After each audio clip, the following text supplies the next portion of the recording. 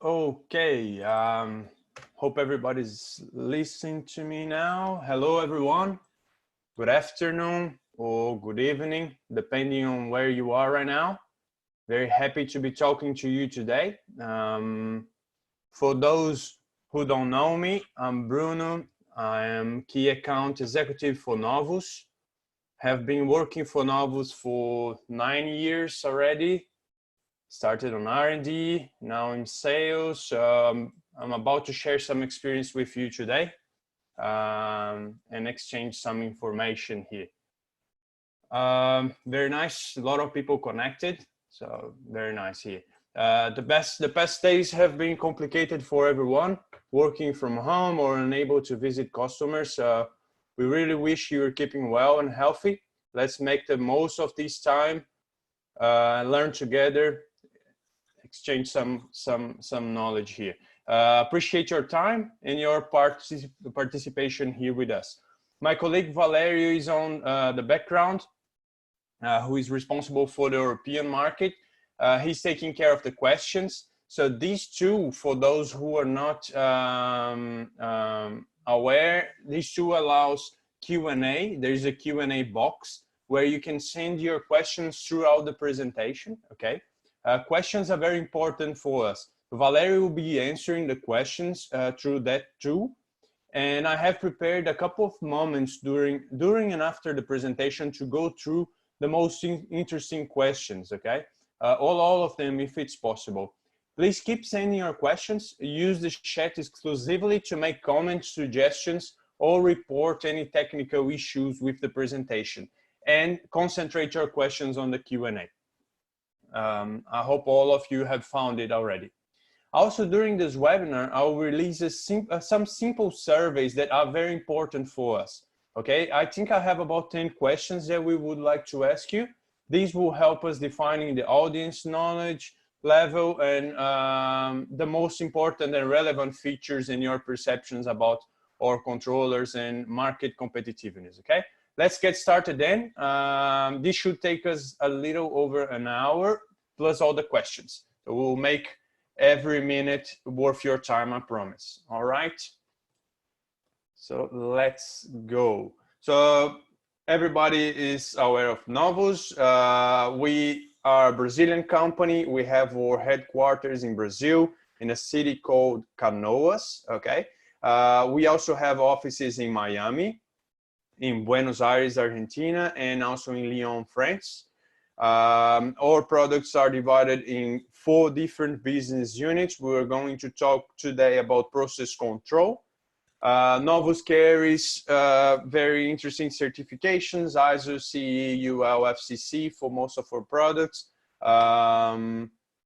So today we are going to talk about definition of controllers, a little bit about control theory, terminology that is commonly used on process control, control modes, PID on-off, some of the advanced features that are available on our controllers, USB communication, external connections, and we'll talk a little bit about model selection, all right?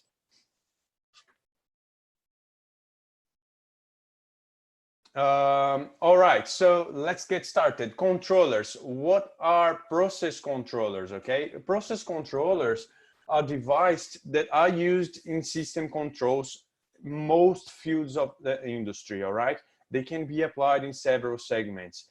And most of you will think, well, are the controllers dying? Are the PLC replacing controllers or something?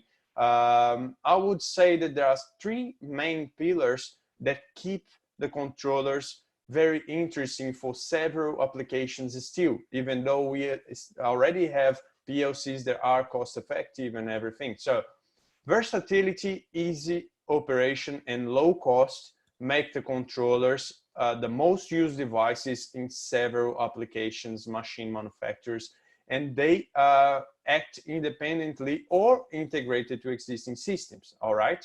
So we believe that these 3 pillars make the controllers still very interesting for most applications. I would like to understand from you, what do you, sorry, I got the wrong one. I would like to understand from you here, what about your knowledge on controllers? Okay, what is your experience of temperature controllers? Let me know. Are you a master? You don't know what it is? I would like to understand what is your knowledge. We have a minute to answer this.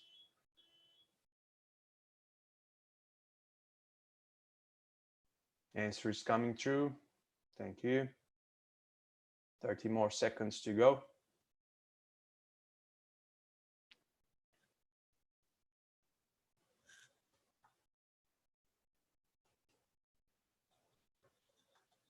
Hope all of you are seeing the pooling. Answers coming through. We have about 10 or 15 people to answer still.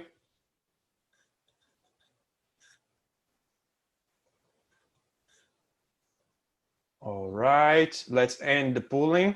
So most of you, just to share, most of you have experience, but are not confident with the advanced stuff. So let's get to it.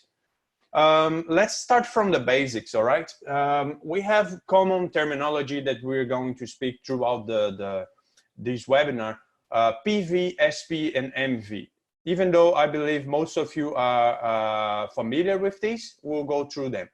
PV, process variable. So this is what is being controlled, okay? If I am controlling temperature, that means my PV is in temperature, is the temperature being measured by the sensor that is connected to the controller, all right? That could be temperature, that could be pressure, that could be level, that could be several different variables, all right? The important to know is PV is what's being controlled, is the current status of the variable, all right? SP is where we want to go. So I want to reach that many, that number of pressure or that number in temperature.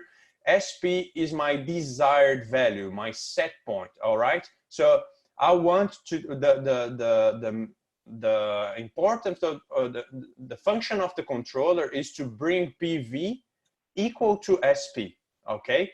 And then there's the third one, which is manipulated variable, the MV. This is the controller's output, okay? This is the process output necessary to bring PV equal to SP, all right? So, for example, we could see this as percentage of power, 0 to 100%, or we could see this as on and off, all right? So we'll get into it. Important that everybody is on the same page with this. And also, still on basics, I want to go to what is manual control and what is automatic control. Okay, manual control is easy. It's when you have a sensor and you are measuring what is the current status of the process. All right, the decision maker in that case is externally. Okay, it's external decision maker. So he will look at the PV, for example, and act manually to bring the PV next to the set point. All right. So in that case, you see that man turning a valve, you know, allowing more gas to flow through or something, increasing pressure or decreasing pressure. So he's doing it according to his to what he's seeing on being measured, all right? But that's not what we want. We want to see automatic control, and that's why we use controllers. In the case of automatic control, the sensor measures the PV, and the decision maker is the controller. The controller takes over the process and takes the decision instead of an external guy, an external factor, okay? So the controller is measuring and controlling. So you ask me, why is this important? This is obvious. Yes, it is. But if you look at our controllers, you see that the controllers allow manual and automatic control. Okay, and why is that? Because sometimes it's necessary for, it's necessary in some cases that the user will select what is the percentage of power he wants to apply just to make a test, to do maintenance or something like that. So it is possible to manually control, but when the controller is in automatic mode, it takes over the decisions. There's also control action, okay? There's the direct control action and reverse control action. So direct control action means when the PV increases, the MV increases. So this is refrigeration generally, okay? So in a case where the temperature is increasing, I want it to decrease, okay? If I'm looking at refrigeration. So what I do is I increase my MV in order to decrease PV, okay? That is called direct action. And reverse action is when the PV increases, the MV decreases. That's for heating. So when my temperature is increasing, I want to stop applying power so it goes down. All right, that is simple, but a lot of times we don't know what is direct, what is reverse. If you look at our manuals, it will say even both direct and refrigeration. It will say both reverse and heating, just so in that case you able to take the correct option. All right. Now getting into control type. Okay, we'll talk about on/off and we'll talk about PID.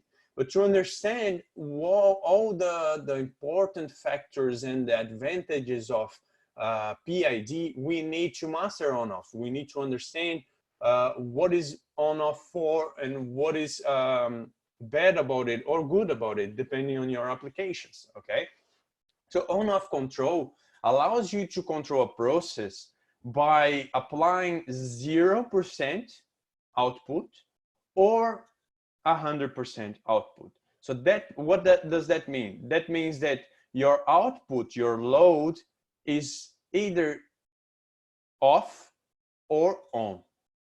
Okay, so a thermostat, for example, will turn on the heater or turn off the heater. And what does that mean? What happens then? What's bad about it? Well, that could be appropriated for several applications, okay? But for some of them, it's not, because you want a more accurate process control. If you look at this graphic here, you will see that the temperature fluctuates, okay? Around the set point, you have the blue line where the set point is, and you have the red line, which is the PV. And this purple line on the bottom here means on, off, on, off, on, off, and so on. All right. So when it turns on, my PV grows, my PV increases, reaches the set point, and then turns off. By the dynamics of the process, of course, the temperature starts going down. But you see all these area here around the set point, this is waste of energy. That means I'm wasting more energy and I'm not keeping my process as steady as I want. So that is why in most cases, in several cases, on/off is not enough anymore. Okay, a case of on/off application is the fridge we have at home. Okay, the fridge we have at home, if you put a data logger inside and you look the temperature profile, you see a lot of waste in energy. Okay, but that is there because, I mean, you want a low cost refrigerator, a low cost fridge. So in that case, that's what you get.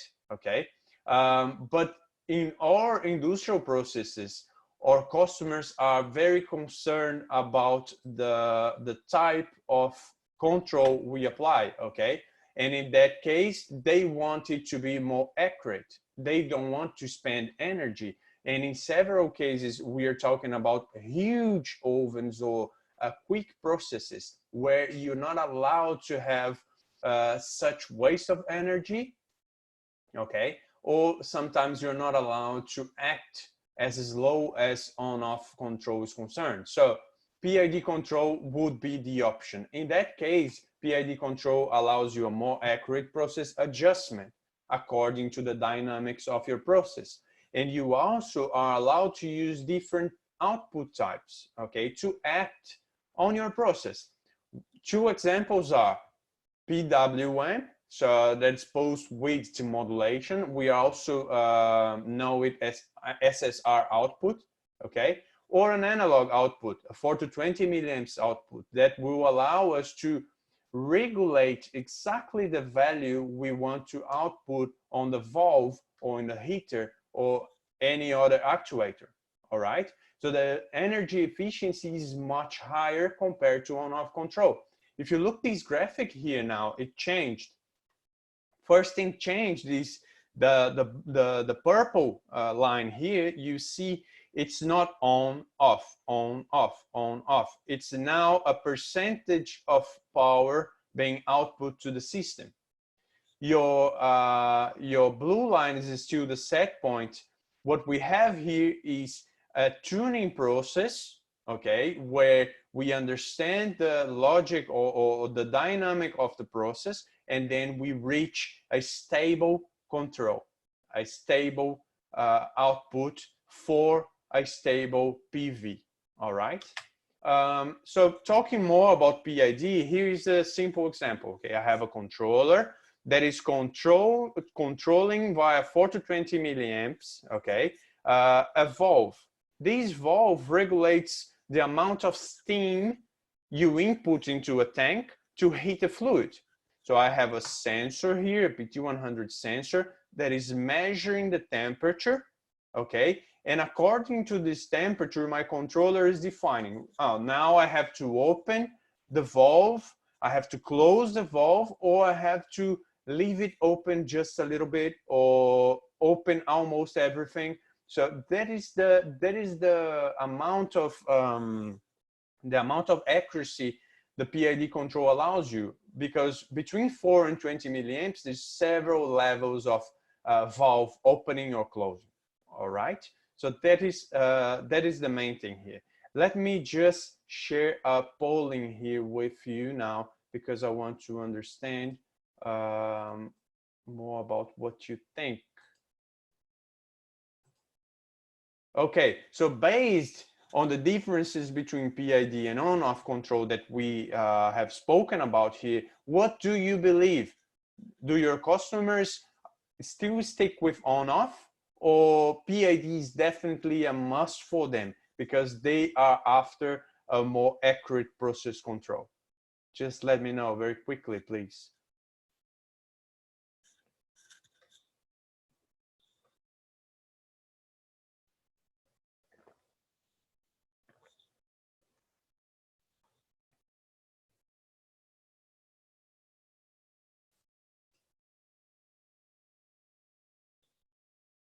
Fifteen more seconds.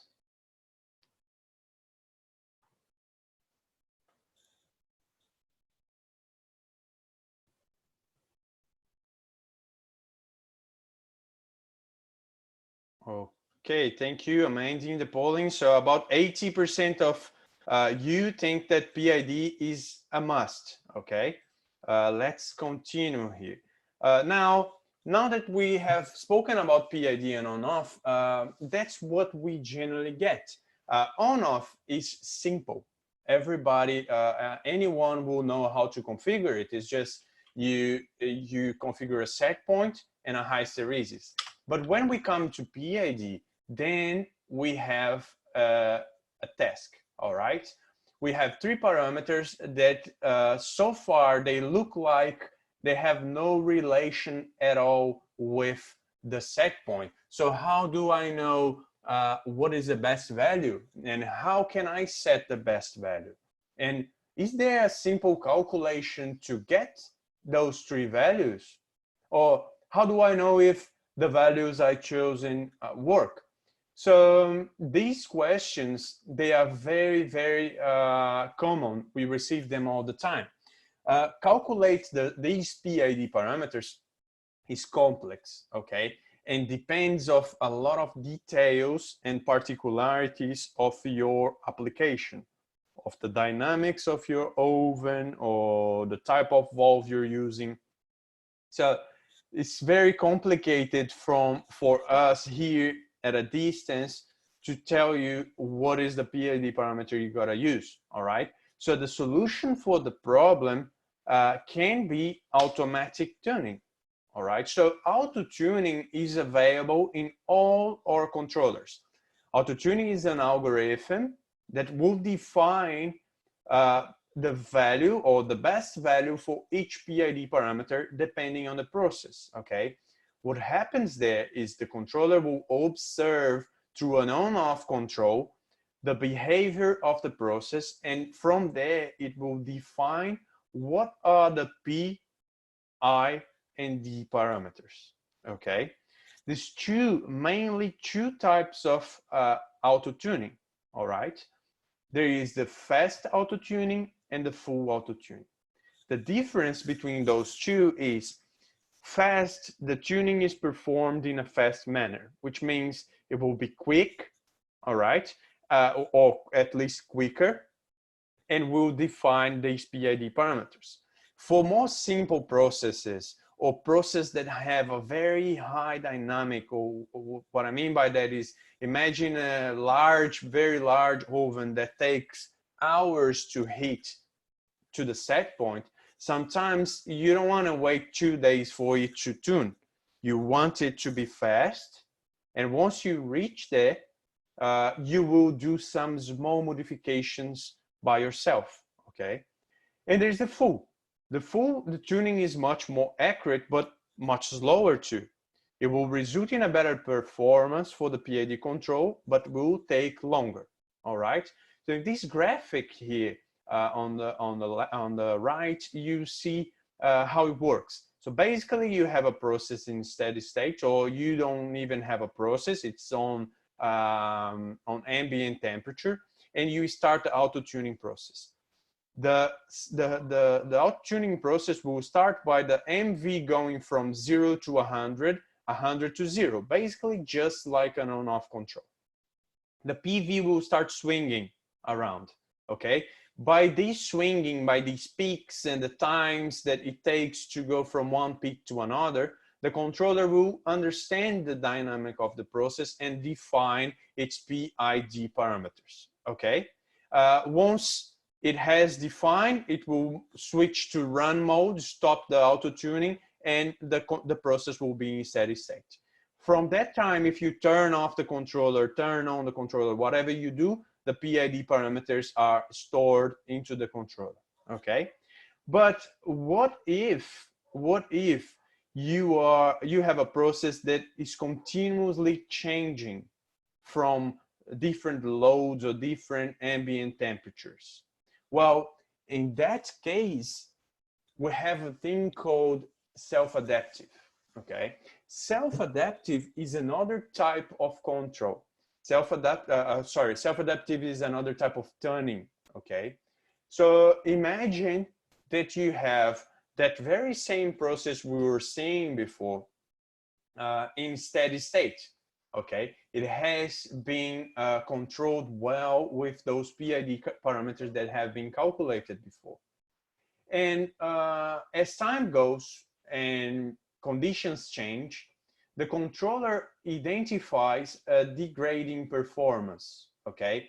What is a degrading performance? Well, I'm not able to keep my PV stable by applying the same amount of power or valve or actuation that I use it to. So you will see the PV swinging here, and the MV is not able to keep up with the swinging. It's not able to keep up with the process. So the controller at some point will see, well, I'm no longer able to control this without overshooting. So I'm gonna tune myself again without you even notice, okay? The controller will define, look, I'll have to redefine my parameters because I'm not able to keep up with this process anymore. And I will start a self-tuning. It self-tunes and it goes back to steady state by changing its PID parameters without you notice. You see here, this is swinging, but the swinging was happening before. With 3 more peaks, it was able to understand the process and go back to steady state. Okay, so basically self-adaptive is the ability to continuously evaluate the stability of your process. Okay, there's 3 types of self-adaptive available in our controllers. One is self. Okay, self is you leave it at self, it will do once the tuning and will keep observing the process. The R self is, in any case, you decide, you are at self, but you decide, I want to anyway do a new adjustment. You just move from self to R self, it will do a new turning and go back to self. And the tight, okay, TGHT, is by what the name suggests, is a tight type of control. So every time you change the controller from run yes to run no, or you turn off the controller, turn it back on, it will start a new tuning and go back to self. Okay, so those are basically the 3 types of self-adaptive. I would also like to show you a practical result. So we have here process at 70 degrees. All right, it's the set point, 70 degrees, and I do an initial tuning. Okay, do the initial tuning here, and the process goes to stable. Okay, it goes to steady state. So it's all fine, everything is going well. But then at point C, you will notice here on the MV line below, black line here, you will see that the MV starts oscillating in order to keep up with the PV equal to SP. So you don't see here the red line because it's stable at 70. Okay. Well, by the time we reach point D, PV also starts swinging because even the changes on MV are not able to control the PV anymore. There must be a different load in the process, or maybe an air conditioning came on, it's blowing cold air through the oven, or the environmental condition changed. Maybe it's winter now, it was summer. So, you know, countries or places where you have this variation in temperature that could happen. So once the performance was deteriorated, the self-adaptive started to act. Okay, and you will see you didn't have a big change here on the PV. Okay, you have 75 here and 65, so it didn't go 5 degrees up or 5 degrees down. Okay, and it changed the PID parameters, and once we reached point F, you already had a stable process again.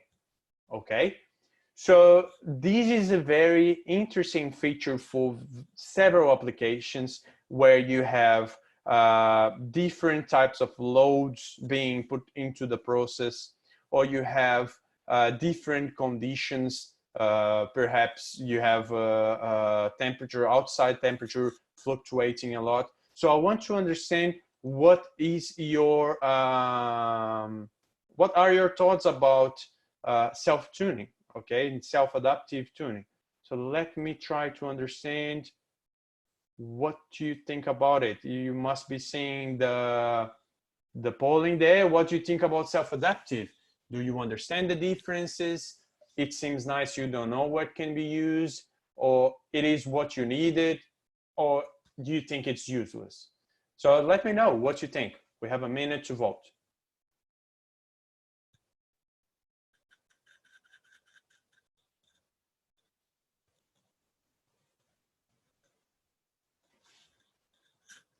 Also remember, I would like to remember you guys, the Q&A box is there for you to use. Valeria is helping us answering some of the questions. So please keep sending your questions through. If you have them, don't forget them. Send, we'll go through them in the end of the webinar.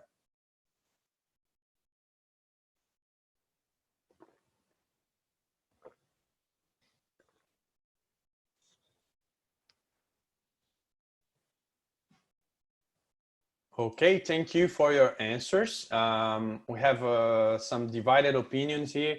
A lot of you think it's what you needed, but a lot of you also still don't know where it can be used. I think we can just explain it quickly again. Imagine, let's just use one example. You have an oven, okay, a heat treating oven, heat treatment, and eventually you have different loads being input into this oven. Okay, in that case, you have to either tune it every time you put a new load, or you can have a process controller that will do it for you. Okay, that is one case. The other case that is very common is about the outside temperature. Okay, I was talking to a colleague, he used an example of a heat treatment oven too. It was a conveyor belt going through the oven, and every time there was, for example, every time you have, for example, it was winter or the temperature dropped, they had different performance on the alloys, okay, on the material they were treating, different hardnesses and stuff. So they decided to move to an oven with auto-adaptive because every time the temperature changed outside, the controller will do the job for them. Okay, so these are just some examples. Okay. But we'll think about other examples that we can share and get back to you.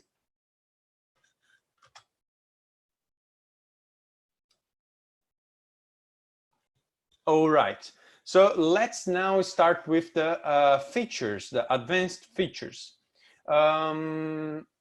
Here we have, oh, sorry, go back.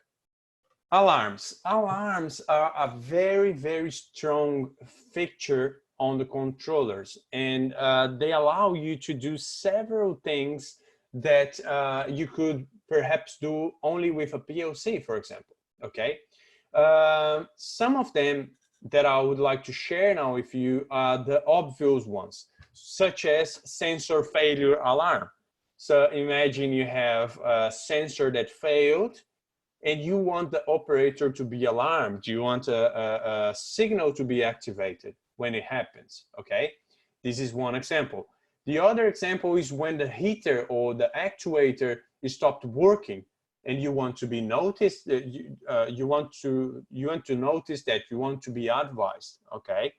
The other case would be when I reach certain point in my process, I want the controller to let me know. So imagine a heat treatment, again, a heat treatment. I'm using quite a lot of similar examples with ovens because temperature might be the simplest parameter for us to understand all the features. But imagine you have you are heating a liquid or some sort of chemical mixture or something like that, that you're heating it to 100 degrees or 70 degrees. And once you reach 70 degrees, you want to start mixing it. You want to start a mixer, okay? What do? Well, I can use an alarm for that. I can use an alarm to trigger a relay that will start a mixer. And the mixer will start mixing the liquid or the chemical mixture you have there for as much time as you select, and then it goes down or it turns off. Okay, so you can use alarms for that. You can use alarms for differential control if you want to turn on a relay when the temperature is between 2 points or outside 2 points, just as this picture shows here. Or you can activate a lamp, or even another thing this is very common is, for example, if you have a process where you need extra help with heating. So I'm heating it. I want to reach 1,000 degrees. But to do that, I need to activate 2 different heaters. But once I reach 1,000 degrees, I don't want the secondary heater anymore to be on, because I'm just wasting energy, and I'm able to keep it at 1,000 with a single heater. But in order to increase the temperature more quickly, I want an extra help. So you can use an alarm to do that. You use control to turn on the main heater and an alarm to turn on the secondary heater until you reach 800 degrees. And once you reach 800 degrees, the dynamic of the process plus the main heater will do the job for you. So these are all cases where you can use alarms, okay? This is a table here. This table is also available on the manual that will show you all the possible things to be done with alarms, okay? Very simple ones such as low and high, differential alarms, differential low, differential high, and also the events or resistant fail or input error. So all available there, all right? A lot of things could be done with alarms. Sensor failure, okay? Sensor failure is also well handled by the controller. There's 3 types of things can be done when a sensor fails. So what happens? Well, you can trigger an alarm. First of all, as we were saying before, an alarm can be triggered. You can have a relay coming on, letting you know what happened. Besides this, signaling is possible. So the display could be blinking if the sensor fails. It will also activate the alarm signaling, all right? And there is also a safe output. So when, imagine you have a process that you want to keep it on even if the sensor fails, because you cannot afford it to stop. So for example, as I used the other example, you have a liquid that if you stop heating it, it will become hard and you lose the material. That could happen, all right? So what you want to do is, if my sensor failed somehow, I want an alarm to come on, but I want also a safe output, keeping a minimum heating in my process so I don't lose my main product, okay? So that is possible, all right? That is one of the functionalities or features available. There's another very nice feature available in our controllers, which is called remote set point. What does it do? Well, it allows you to replicate or send the same set point that one controller has remotely to other 5 controllers, okay? So imagine, again, an oven that you have 5 different controllers actuating, and you want to do them to have the very same set point. In that case, you don't want the operator to go to each one of those 5 controllers and change the set point every time. You want one master controller to do it for you. Or imagine you have a program configured. You have a profile of set points. This profile of set points can be done in a single controller master that will replicate the very same set point to all the other controllers. The nice thing about it is, number one, you don't need to have them on an RS-485 network with master, okay? When I say master on RS-485, is a Modbus master, okay? It's a device that will be more costly. But if you have one controller as a master of the others, you saving costs and you have the same feature, okay? Also, the signaling here is in a pair of wires. It's not in a shielded wire for RS-485, okay? The analog output of the master controller that is down there is retransmitted in 0 to 20 or 4 to 20 milliamps, okay? Another nice function here, soft start. The soft start is meant to avoid abrupt variations when the process starts. The name says soft start. It's only used in the beginning of the process, okay?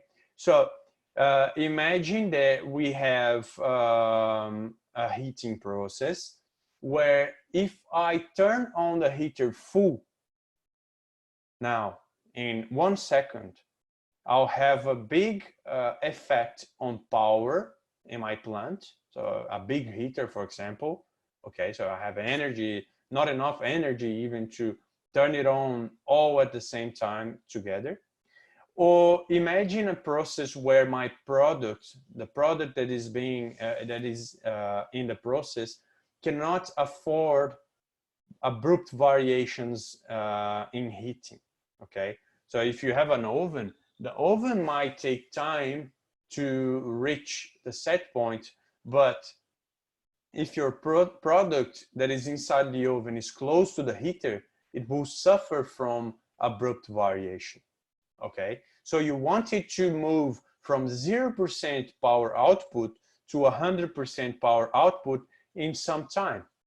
So you can select there in seconds the amount of time you want from 0 to 100%. So for example, I want to go in an hour from 0 to 100, or 60 seconds would be enough for my case. This is all configurable, okay? Well, and we have a different thing. There we were talking about variation of power output. Now we're talking about variation of temperature, okay? And this feature is ramp and soak, all right?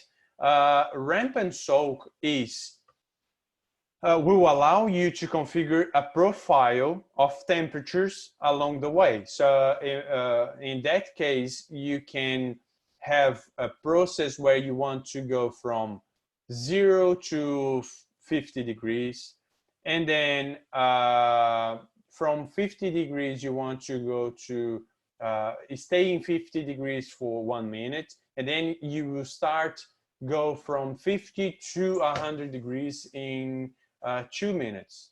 Okay, I'm just giving an example, but this is very important because you want to control the time you want to take from one set point to another.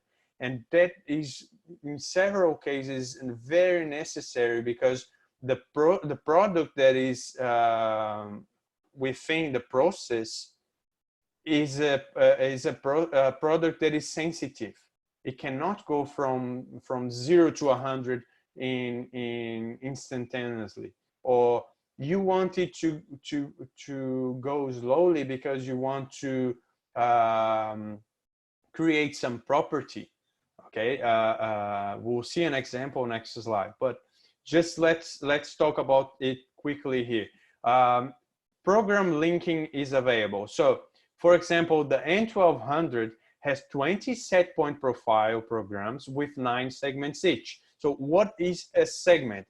These you see here is set point 0, set point 1, 2, 3, 4, up to 9.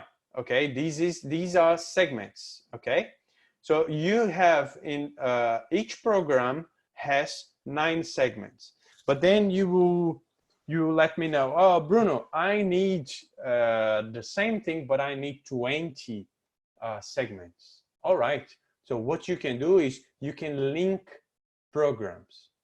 What you do there, you link program 1 to program 2, program 2 to program 3. Then you have your 20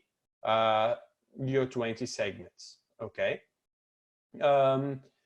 You can use this program linking for other things, such as, imagine here on the right here that you have a profile, and once you reached this last point here, you want to keep the temperature at this level forever and ever. You don't want to change the temperature anymore unless somebody turns off the control. Okay, so in that case, what you do is you create a new program here with a single segment, and you link program 2 to program 1, or you know, something like, or program 2 to program 2, and you keep doing a loop here, keeping the same set point. So this is possible. You can use your imagination, or you can consult us with your application and we'll be happy to help you, okay? There is also a possibility to do a ramp to soak, which is a rate of change in degrees Celsius, okay? That goes from, for example, I want to go from ambient temperature to 100 degrees in X amount of seconds or X amount of minutes, okay? So, and then once I get there, I will maintain that set point. In that case, you will use the ramp to soak and not ramp and soak, okay?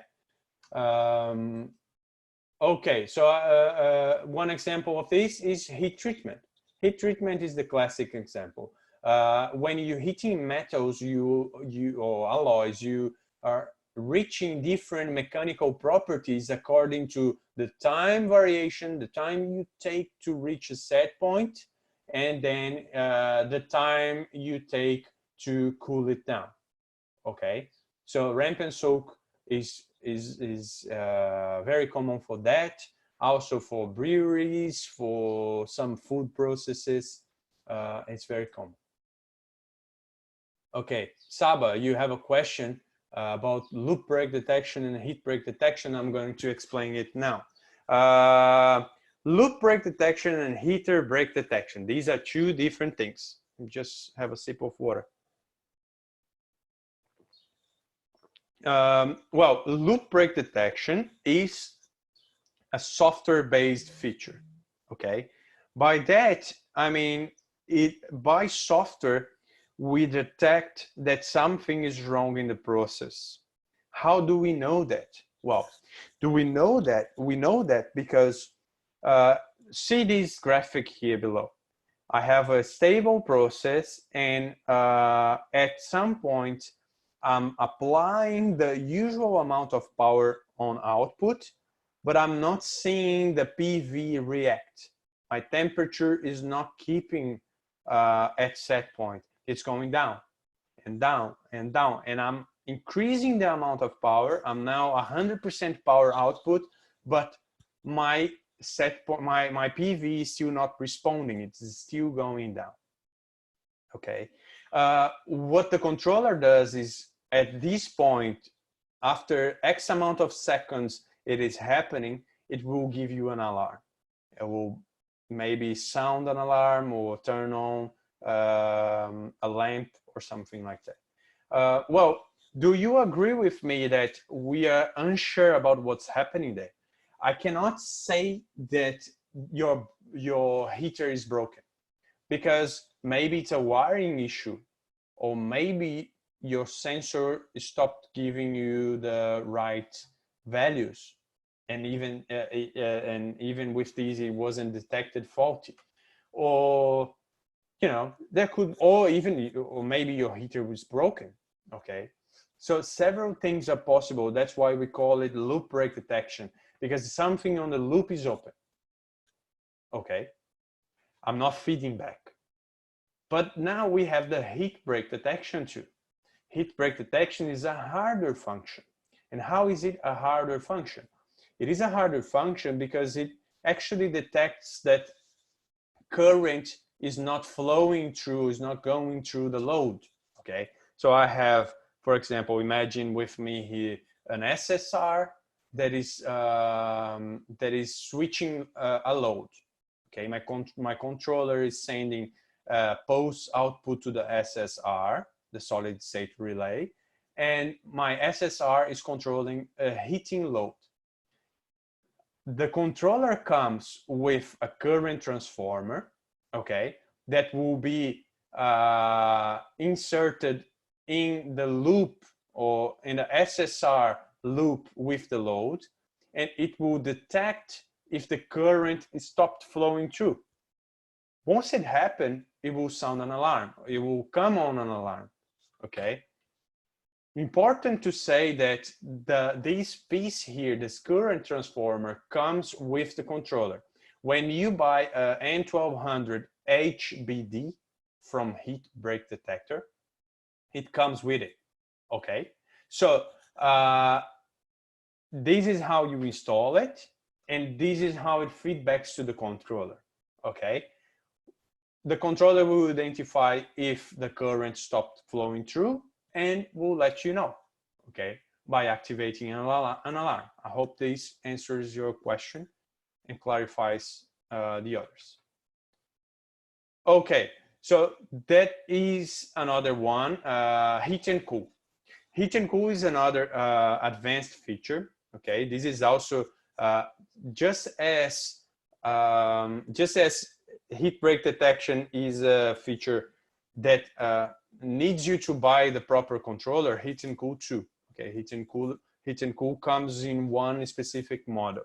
Okay, this means you have a PID control available for control 1, and you have control 2 for only proportional control output. So basically, with one single sensor, you can actuate, or you can have two actuators, one cooling and one heating. Okay, so how does that work? Well, you have a set point, a single set point. Again, you have one single sensor, one single set point, but two actions, one heating, one cooling. Let's start from the central one here. I have set point in the middle. So that this graphic is a little bit complicated to understand because my temperature is here on the X axis, okay? Here's my temperature, up and down. Here I have the set point. I hope you see my arrow here, my mouse arrow. Here I have the set point. So I have a dead band going on here, if my set point increases, goes up, I start acting on cooling. So output 2 is activated. I start acting on cooling. So I start applying an amount of power on my cooling output to start pushing the set point or the PV back to set point or back to this dead zone. And if my process is cooling, so the temperature is decreasing to this side here, to the left, I start heating in order to push it back to the dead zone. Okay, so see, I have two separate actions for the same set point and same sensor. Okay, well, where is it common, Bruno? Well, that's common in, we'll see an example next, but I've seen, for example, egg hatcheries, okay, hatcheries, where they have to keep a very stable set point, and where a very stable set point is needed, and you don't want to heat it too much or don't want to cool it too much. You want to do both at the same time. But if I'm escaping to one side, I want to start cooling. If I'm escaping to the other, I want to start heating.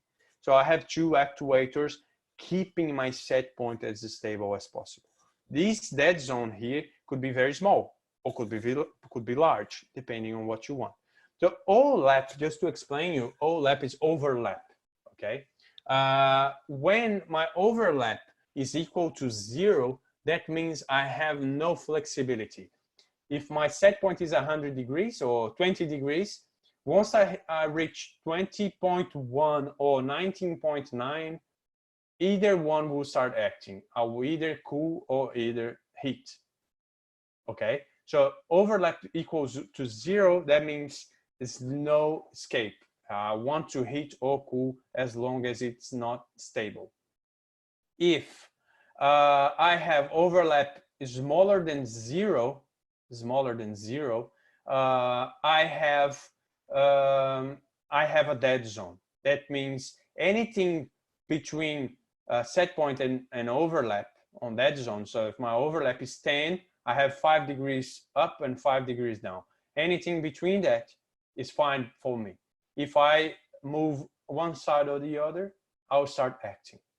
And if that's very interesting, okay? If my overlap is greater than 0, that means I have a cross here. A cross meaning means that I'm actuating in both at the same time.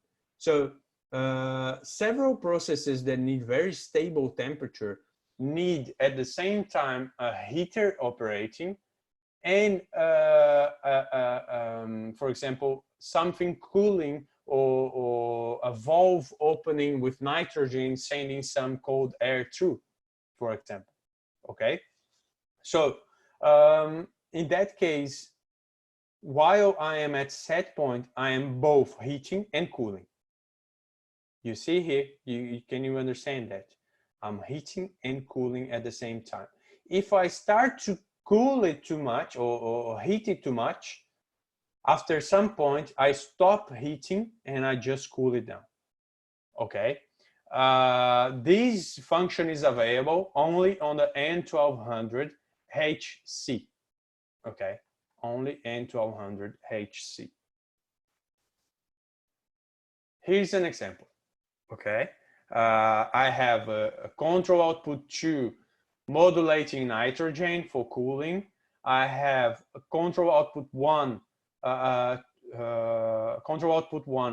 in an electric heater, and I have a single sensor being input into the controller.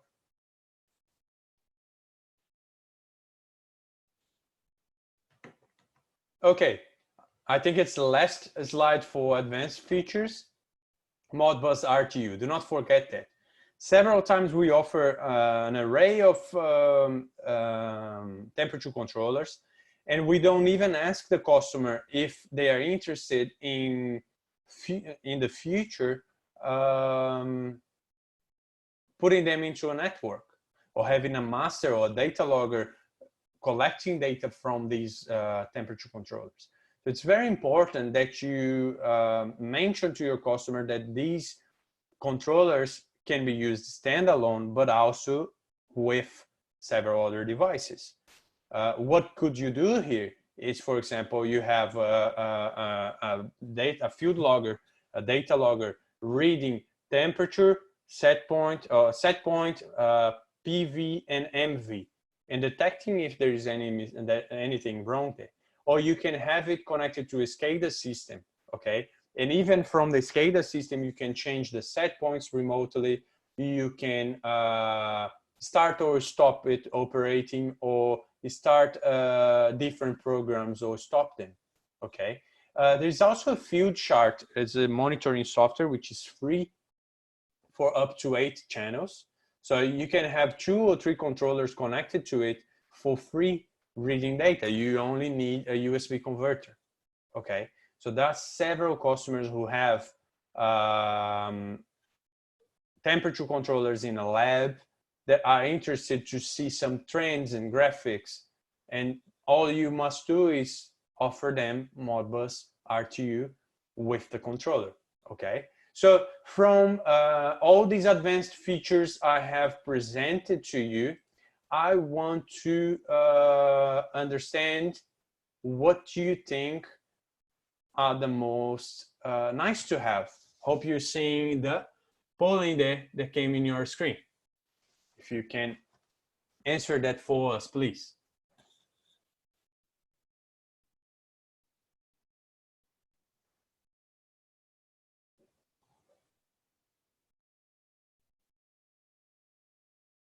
Anybody? No votes come through. Oh yeah, the votes are coming through. Nice.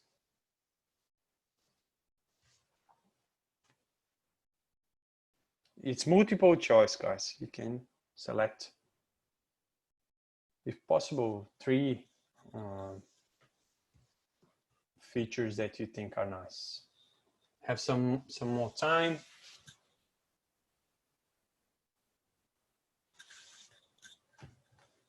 Some questions that are not being answered, I'll go through them once we reach the end of the presentation soon.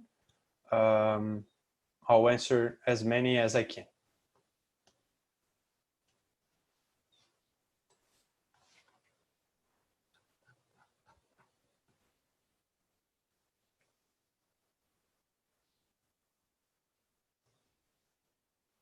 Okay, I'm ending the polling.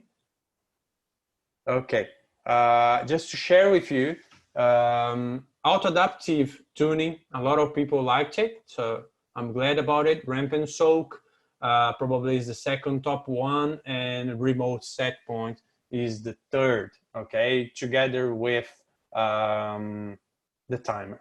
Okay, so that's cool. All right, let's continue. Also important to mention, okay, configuration software. Remember, our controllers have USB and a free configuration software. That makes it very interesting for machine manufacturers. So I think you must focus also on OEMs and try to find them to be your purchasers, because they like the USB feature because it is easy to program, and they can save the configuration in their computer and use it in the future. They can also use a batch configuration available on this software that will allow them to program 50, 100 controllers very quickly, okay? So easy configuration, USB, free software, and also if in any case we upgrade the firmware or we release a new firmware version, you can have it upgraded. This is to be released, but we wanted to share this with you here. This is the quick tune, okay? The quick tune is going to be an app that will be released, okay? It will be compatible with some of the controllers. It's not ready yet, important. Don't start putting pressure on Valerio, please. This is going to come. And it's going to be very nice. We'll have the quick tune app, and we'll also have the quick tune software. One of the most nice things you're gonna do with it is you can draw your own process. So for example, your ramp and soak, you don't need to do it by the keyboard anymore. You'll be able to draw your own line and just send the program. It's going to be very easy. Removable connectors, okay? Removable connectors are also something very interesting on these controllers. Okay, important to say mechanically that our controllers are IP65 in the front, okay? For easy replacement, you can pull the N1200, the 480, pull it out of the panel and leave the connections there on the back. On the 1030, 1040, 1050, these models have this green removable connector, which also makes this connection or maintenance or even installation very easy, okay? The material we use is polycarbonate, UL94. It's a very good material, okay? It lasts much longer, it stands more higher temperatures, okay? It's very different from ABS, and lots of competitors use ABS. Oh, sorry, let me just go back one slide. I want to also ask you if you mentioned to customers these advantages of USB and removable connector. Yes, of course I do it. Or no, I'm going to try it next time, or not away. So let me know if you have been using these as an argument of sale.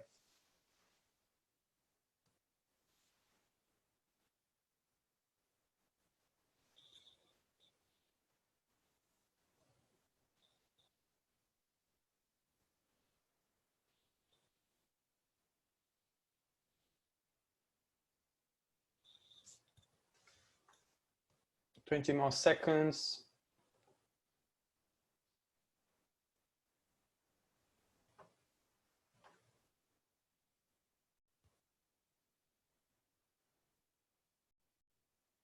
Okay, thanks for your inputs. Just to share here, 40% of you said yes, of course. This is the first thing I say, and 30% said not always. I recommend you to try it because we have been these as very interesting advantages front of OEMs mostly. Okay, just quickly go through 3 different models we have available. Well, the N1200 is the top end controller, the high end controller that we have, that will give us all the features we have been talking about. Okay, everything we've spoken about is present at the N1200. Ramp and soak, software programmability, Modbus, IP65, universal I/O, and self-adaptive.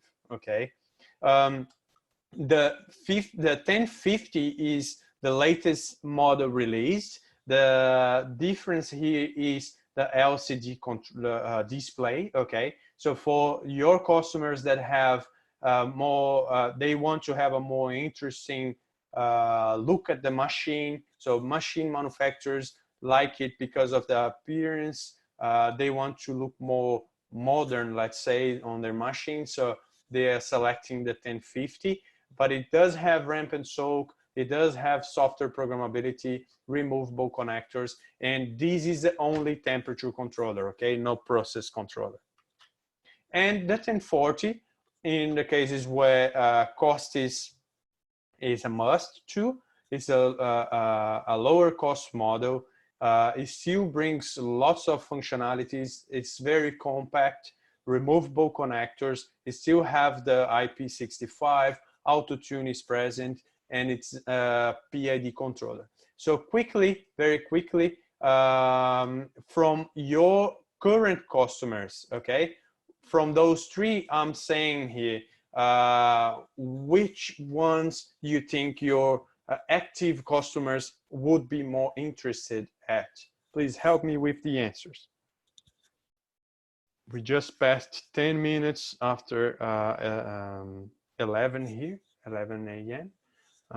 I think we have 10 more minutes to go.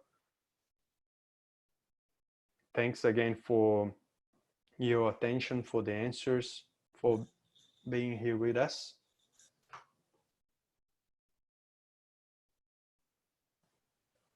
Twenty more seconds, please. We have very divided opinions.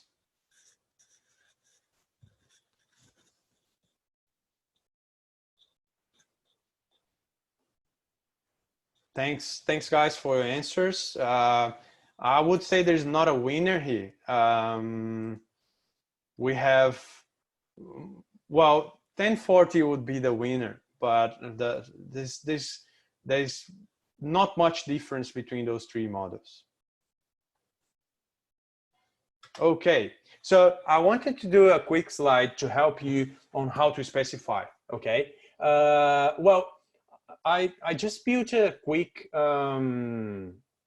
guideline that you can use. We'll share the slides with you, but also you can share this with your team, the guys that pick up the calls and have to specify the model for the customer. The customer generally just calls in or sends an email saying, oh, I just want a controller with the to read a PT100, 2 relays or something like that. So how do you select the best model for the application? Okay, first question, what is the form factor? Okay, this will narrow down the possibilities. Okay, if it is a 96x96, it's only some controllers that will do it. If they're after a 48x48, well, there's more options. So after that, what is the input? Is it a temperature controller you're after or a process controller? What is the difference? Well, the process controller takes linear inputs, 4 to 20 milliamps, 0 to 10 volts, 0 to 5 volts. A temperature controller, only temperature sensors. So important to check what input they need. What are the outputs needed and how many? Well, sometimes they want a 4 to 20 milliamps, but they also want a couple of relays for alarms. So that is also important that you understand from the customer before you quote how many inputs. And then now we have narrowed down. We're probably almost sure of what we need to offer. But then there's 2 more questions. What is the power supply? Is it a 240 volts or 24 volts? So just to remember, you guys, we have, our controllers have the standard power supplies from 80 or something like that to 240 volts AC DC. And we also have the 24 volts version available, okay? And then the last question is, what are the special functions? Do you need heat and cool? Do you need RS-45, or do you need heat break detection, or maybe a timer?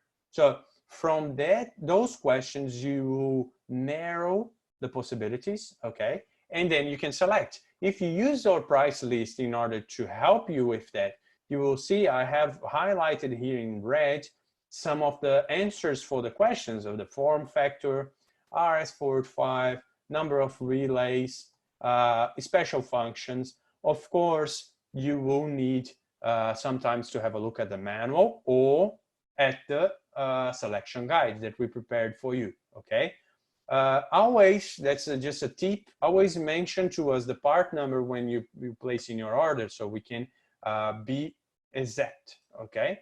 For those who don't know, I believe most of you know, we have the selection guide available. So if you navigate on our website, you go to controllers, and there is going to be a link for the selection guide, okay? There you will be able to see this table here where you can look at the function and look up for what you need. It's separated by temperature and advanced features, which is process control, okay? Okay, so we have reached almost the end. I'll go through the questions. Before I answer your questions, I am going to ask you two more, okay?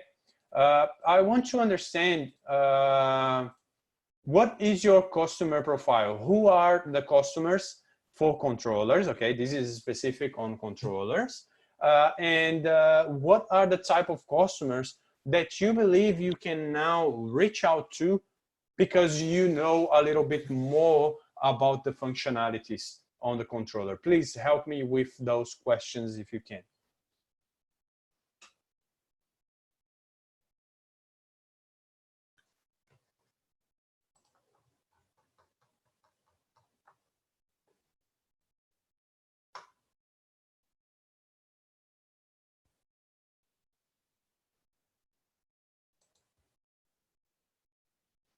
Okay, I'll give you some more time with that. That's very important, guys. It's these type of questions and your answers help us even decide on where we want to go, you know, what is the next model to bring to the market. So that's very important for us.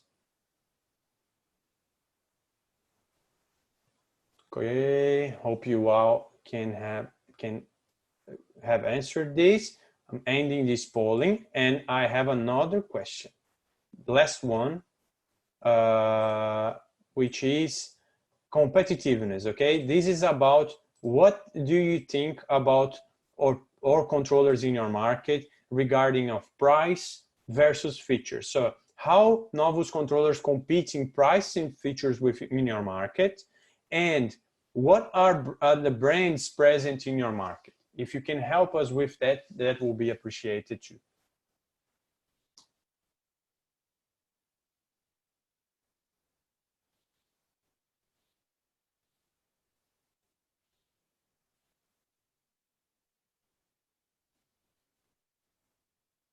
I'll give you a little bit more time for that. I know that the answers are more complex, more things to read.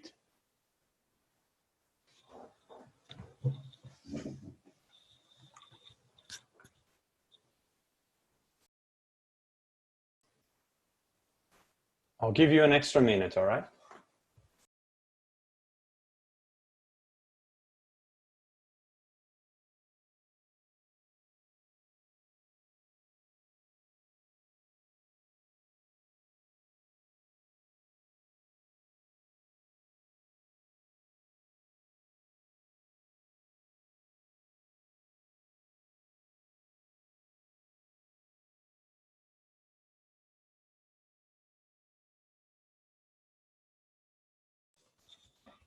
Okay, thanks guys, thanks. Just rushed out, got some water too. Ending this polling. So let's go to the questions. If you have extra questions sent through. I'll be answering them now. I'll just go through some of them that are here.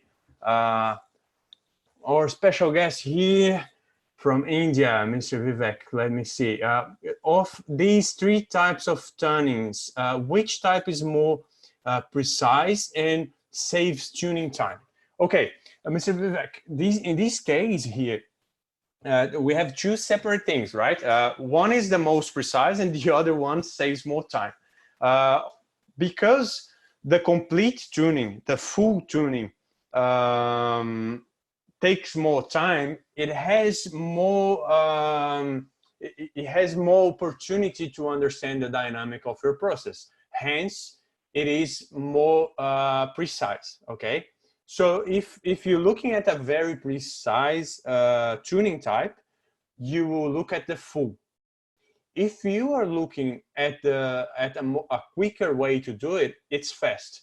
Not that fast is not precise. It is still precise, but because it takes less time, it does less. It has less opportunity to understand the process, so it will do accordingly. Okay, so it will be less precise and quicker.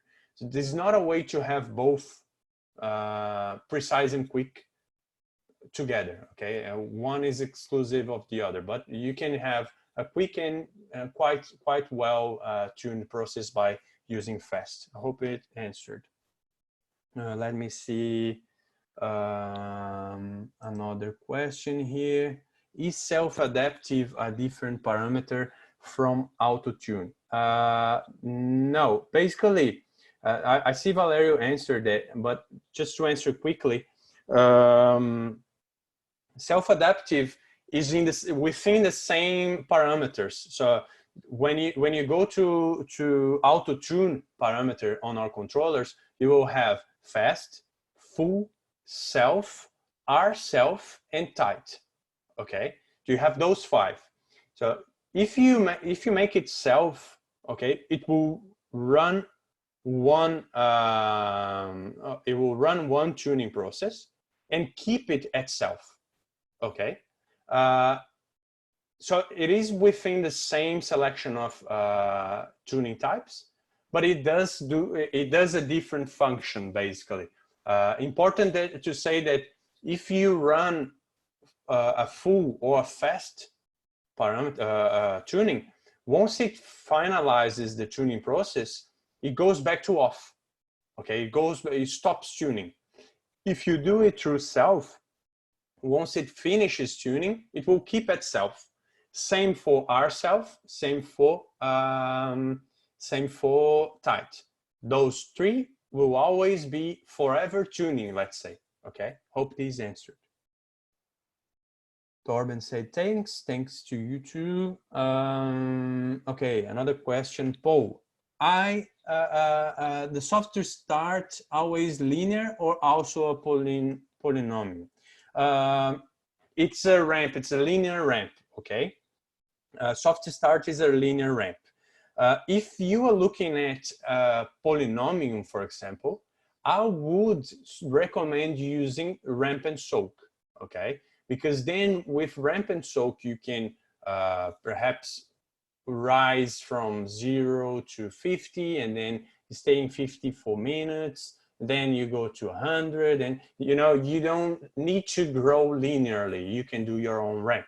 So I would recommend using ramp and soak if a polynomial based profile is needed, okay? How does broken heater function work? I think I have answered that. It was before the explanation. I have another question here. If you put a set point needed in 30 seconds to achieve, do the controller then calculate the PID curve to control and auto-adjust?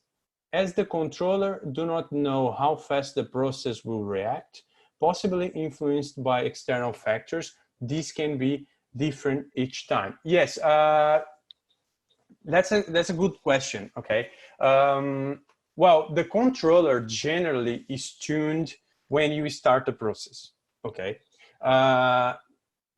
I think we have, in this question, we have a mix between tuning question, and profile and ramp and soak.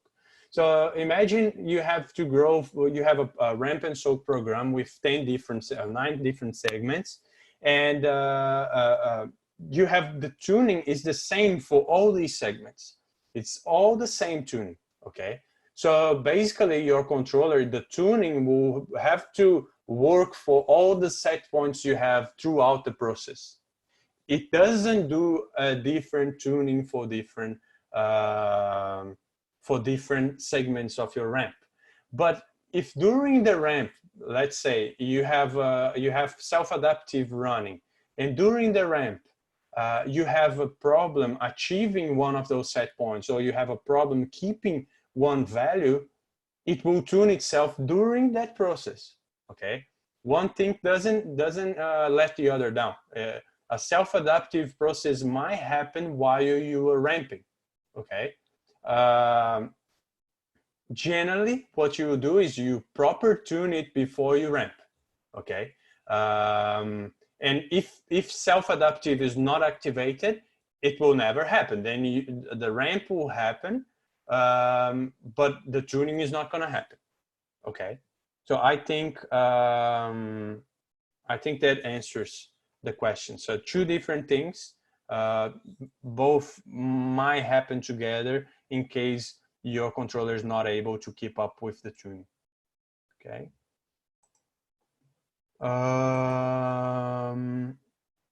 Is it possible to modify the program from a computer? Yes, it is possible to modify a program from a computer. Not only modify, but run, stop, and so on. So imagine you have a SCADA system, okay, running, monitoring your controller. And then you could have, for example, that is also something important. The controller can have 20 different programs. So imagine, I use the example of the brewery. So you are brewing, I'm not sure if there's any one from Germany here in this webinar. I don't know much about beer. I'll just use this example. So imagine you have one type of beer that you're producing, and for that type of beer you have one particular temperature profile, okay? And for the other one, the other type of beer, you have other temperature profile, another temperature profile. So you can have those 2 programs, or 3 or 4, 20 programs stored within the controller and run them in different points. Okay, so in that case, the computer can select if I am running program number 1 now, or program number 2, or program number 3. Okay, this could also be linked to some logic.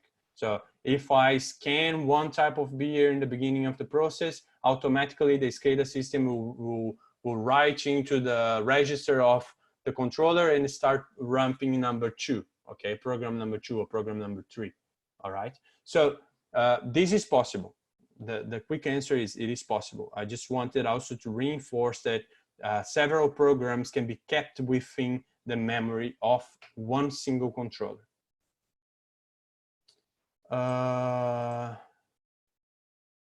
Let me see for. Okay, so a lot of people here said for the last poll, many more answers would be possible. Osman, thanks to Paul. I know there's several brands. Unfortunately, the tool only let me put 10, I think. So I just chose 10.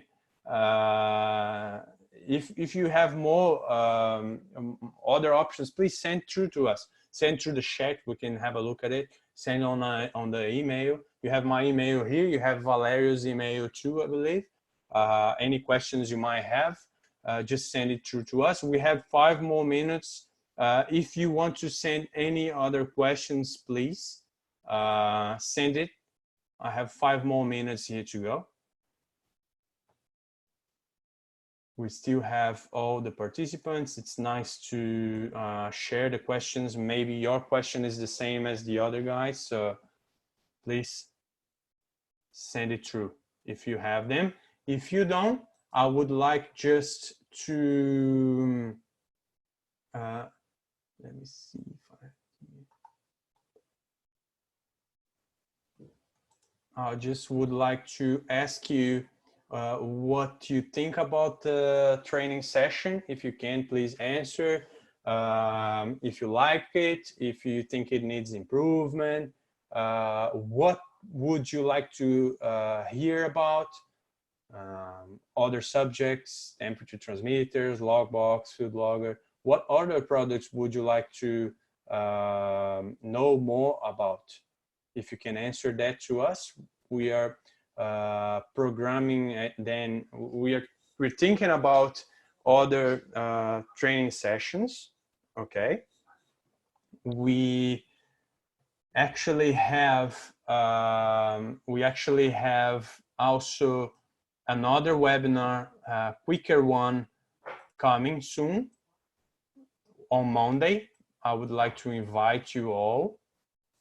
Okay, let me just, I'll send you the link while you're answering. I'll send you the link so you can register. Thanks again for your time. I know the webinar is 1 hour and a half, sometimes is too much, but we wanted to actually talk deeper about one subject. The next subject we're talking about is going to be on Monday, okay? You can check the time there, you get the invite, but I'm also sending it here through the chat if you would like to register now.